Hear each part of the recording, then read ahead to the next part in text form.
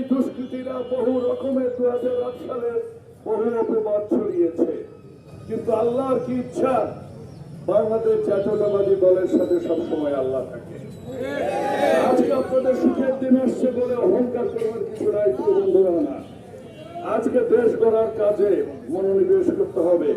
আপনারা ওয়ার্ডে ওয়ার্ডে, ইউনিয়নে ইউনিয়নে আপনারা আজকে লিস্ট করেন, 7ই নভেম্বরে প্রতিজ্ঞা করেন আপনার এলাকার সাধারণ মানুষের কি সমস্যা, আপনার এলাকার সাধারণ মানুষ কি চায়, সমাজকে শিক্ষিত কিভাবে করে তোলা যায়। আপনারা এখন প্রতিজ্ঞা করেন 7ই নভেম্বরকে সামনে রেখে কি করে আমাদের সমাজ থেকে নেশা আমরা, মাদক আমরা নির্মূল করতে পারি।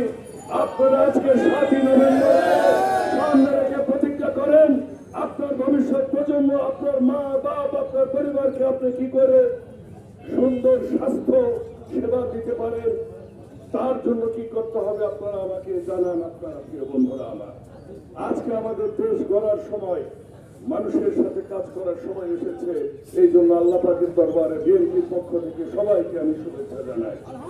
আলহামদুলিল্লাহ।